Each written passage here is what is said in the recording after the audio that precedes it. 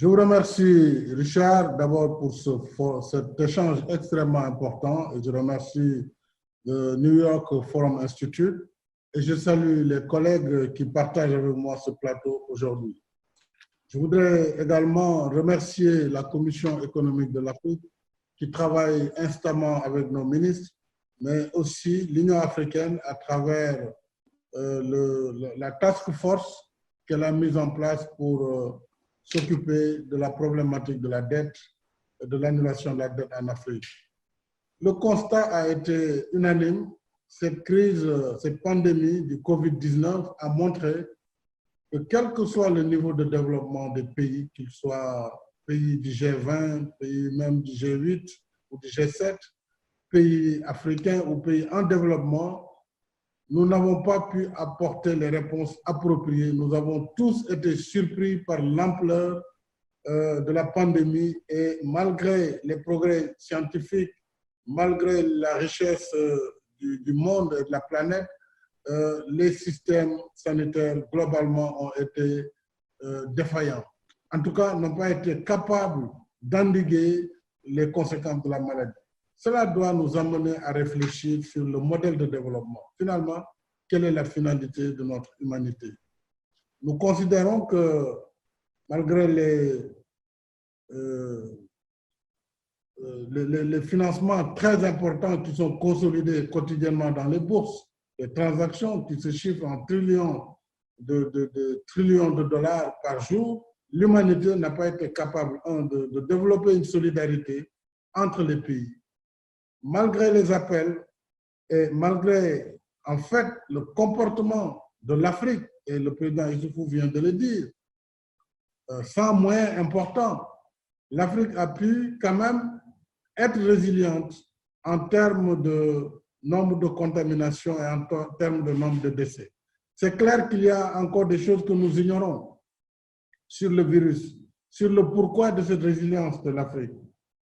Il y a certainement une conjonction de facteurs.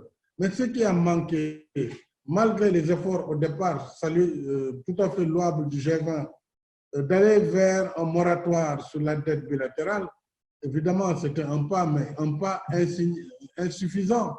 Un pas insuffisant par rapport aux conséquences économiques et sociales de la pandémie. Et c'est à ce niveau où nous devons continuer à plaider pour plus de solidarité, pour un nouvel ordre mondial basé sur les valeurs humaines, basé sur la solidarité internationale.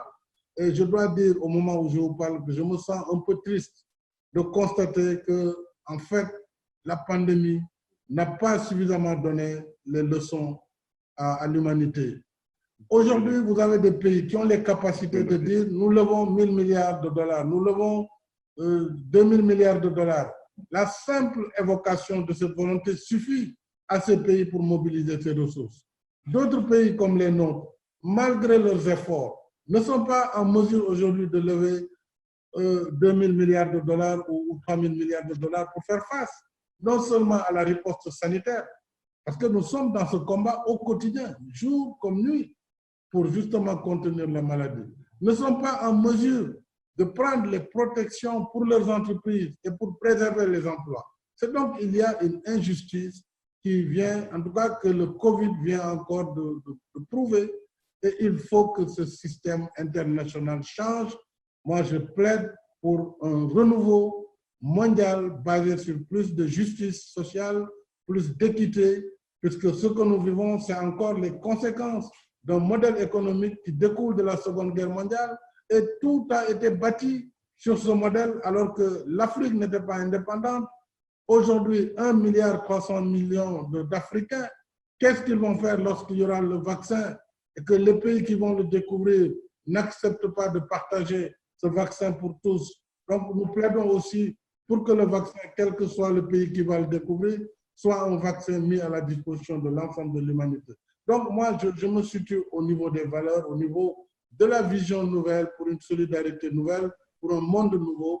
Évidemment, nous allons continuer le combat. Chacun de nos pays se bat aujourd'hui pour atténuer la maladie, pour contenir la pandémie et pour qu'il y ait le moins de morts, le moins de